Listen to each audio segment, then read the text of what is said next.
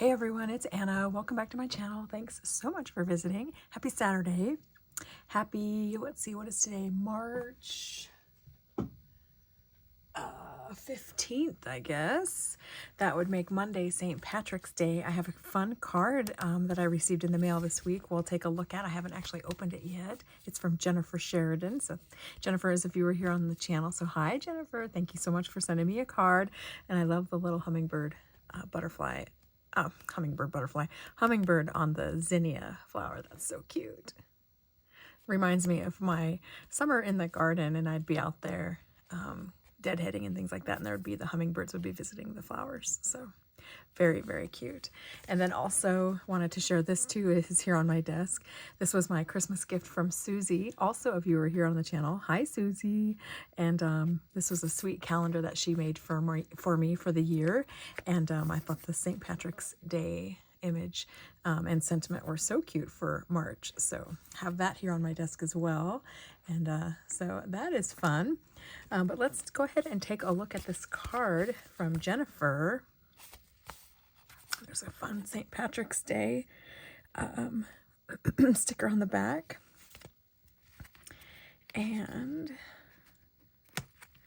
this paper envelope is super thick. I'm wondering if it's a handmade envelope because it's super, super thick and nice quality. I bet when I open it up, there's going to be pretty patterned paper inside because I bet she used some single-sided paper to make her envelope. Just guessing. Either that or this is a very, very substantial quality envy. Goodness. Wow, it is just regular white paper. Did you make this envelope, Jennifer? It's serious. Serious. Very, very nice. Let's see. Handmade with Love by Jennifer Sheridan. And it's all sweet St. Patrick's Day. Look at the beautiful clovers on there. They're die cut into a piece of white cardstock. And then she's added these pretty little green gemmies that look like maybe she paper punched them out of green cardstock. Gosh, that's what they look like.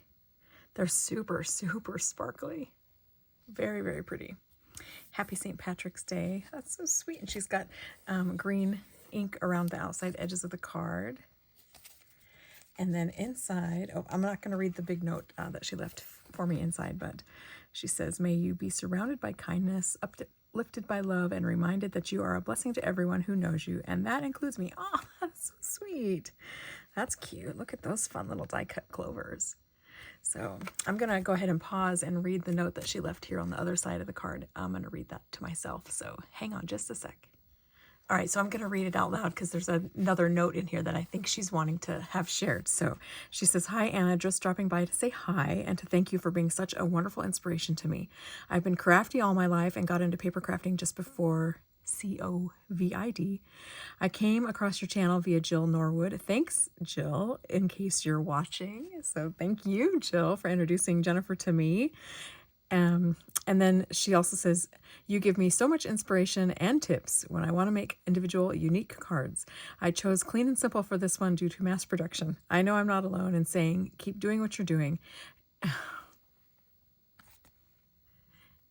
You are an inspiration to so many of us. Thanks again, Jennifer. So thank you so much, Jennifer. That was so sweet of you. Very, very sweet of you. Oh, so cute. So very cute. I love the stenciled clovers on the front of the envelope too. So cute. Thank you so much. I love that. And it brought me to tears. So now that I have a pause button on my videos, because I used to have to stop recording and then start another video anytime I needed to pause. And then I'd have to go back later and edit them all together, and it was really pain. Now I have a pause button on my phone. And I can hit pause when I need to collect myself. So, and you never know how many times I actually have to stop to collect myself sometimes. So, but anyways, several times already during this video. But thank you so much, Jennifer. I really, really appreciate your card and the sentiment. So thank you so much.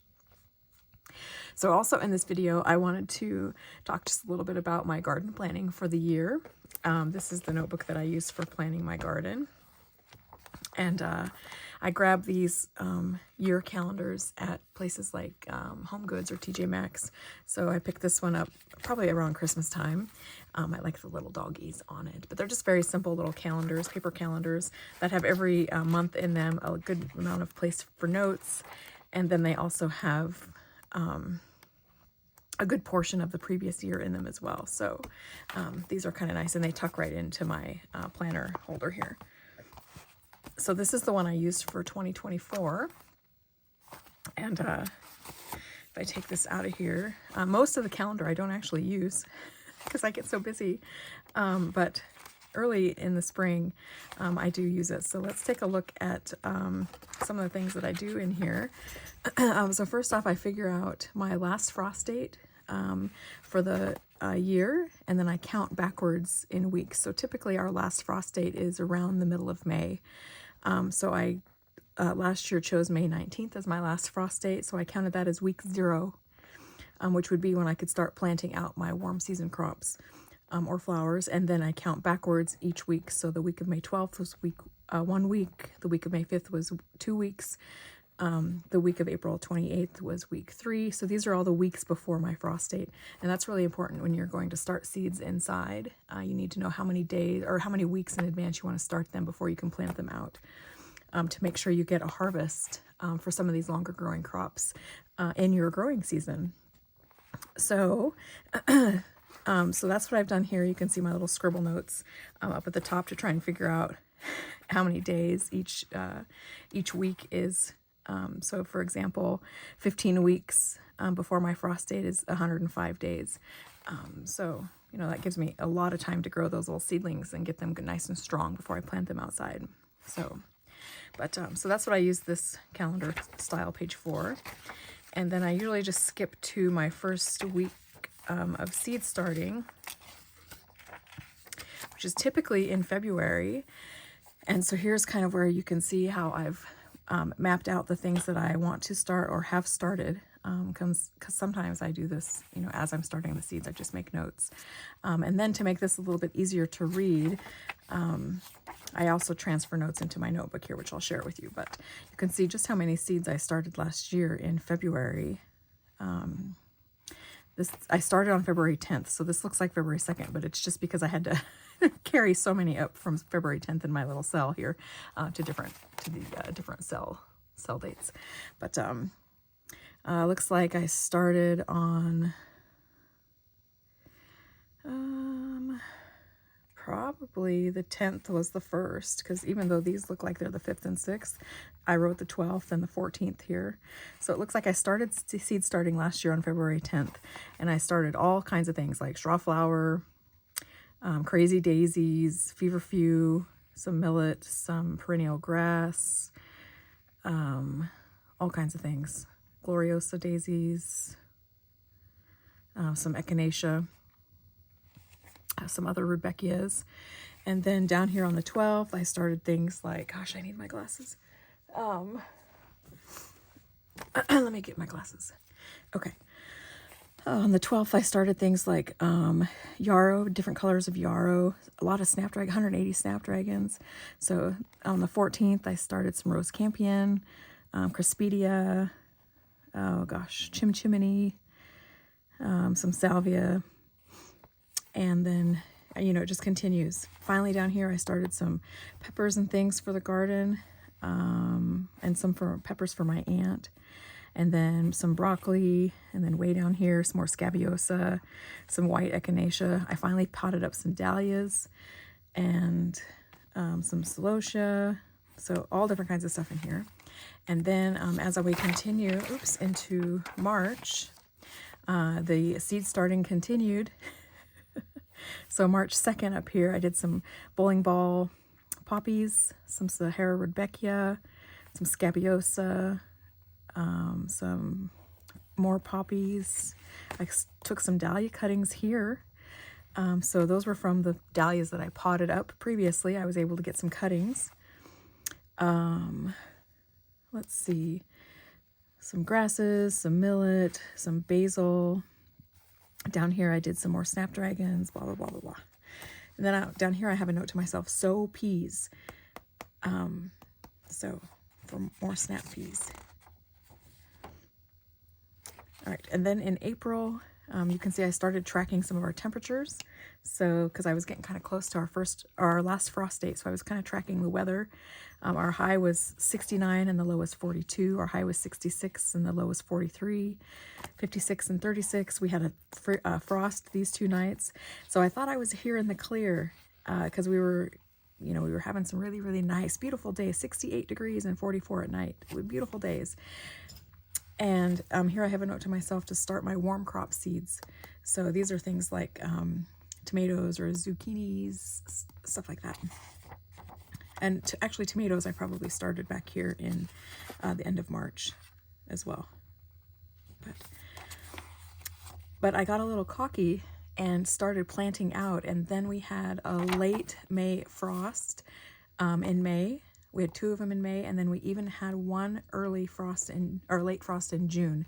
So this year I've decided I'm not going to be starting as many seeds as early, and I'm not going to be starting as many seeds inside, because what I learned also is that some of the varieties that I wanted to grow this year, I didn't need to actually seed start inside and get them started and baby them throughout the late winter and early spring like I did last year. So but anyway, that's last year's calendar. This year's calendar, I have not started any seeds yet at all. I have some seed starting soil ordered that I was hoping was going to be here yesterday, but it got rerouted somewhere weird, and so it won't be here till Monday or Tuesday now. So I haven't started anything in February, which you saw just how many seeds I started last year in February. But again, I've been also very, very sick since Wednesday the 5th, and you can probably hear in my voice I'm still not 100%. So I've been sick for a really long time. So that pretty much shot the whole month of February for me, for all kinds of things, not just seed starting. But in March, let's see, I've got my notes in here that I ordered my soil, blocking soil. I was hoping to get some snaps and status and straw flowers, feverfew and sweet William started today, but I don't have my soil yet, so that's going to have to be pushed a couple days. And then I thought I would start some maybe large poppy seeds. And then so I'm just getting started on this year's plan. But then also I'll show you, and as I continue to seed start, then I'll be filling this in. So I'll just tuck that right there. And then I use a Traveler's Notebook for my garden info, and it just allows me to tuck things here and there. So like these were the flowers and daffodils and dahlias and stuff that I purchased for the 2024 year. So these are some of the flowers that I grew last year and harvested. And so these are just my notes. So I just have these stuck in here just as reference. I bought a bunch of dahlias last year from bunch of different places, so I kept track of those. So those are there from the 2024 growing season.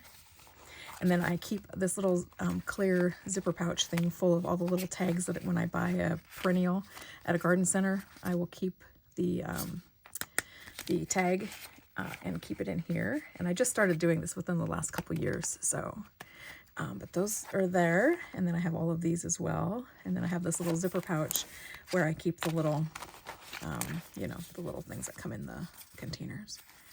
So, and I try not to keep duplicates, but it looks like I have a couple duplicates in here. And that just reminds me of what I've tried growing in the past that are supposed to be perennials here.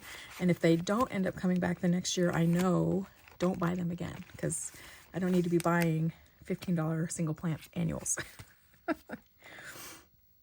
All right, so that is this little packet. And then I also have this notebook here as well. And this is just a garden notes. I just keep random notes in here. And so then this is where I've also been transferring when I plant my seeds or start my seeds. I actually transfer them over here too. So you can see February 12th last year, here's the list of all the things that I started and the quantity of seeds that I started as well. And then I can also track my germination in here if there's something that's a little out of the ordinary. Like for this Russian status, I had absolutely 0 germination, and so I made note of that. So now I know I either need to get a fresh packet of seeds for this year or not, grow it this year if I don't want to buy any more seeds. So, and then I also was making some notes in here on height of plants too, just because if I'd never grown the dahlia before, I wanted to know how tall it was supposed to get, so I knew where to kind of plant it in my garden. So this is just notes on last year's seed starting. And I have a blank page there for some reason. And then this is the dahlias that I ordered for 2025. And so I have all of these coming in addition to the dahlias that I grew last year that I want to keep and continue growing on. I did save my tubers for those plants as well. And then there were some flowers that I grew last year that I don't want to grow again this year.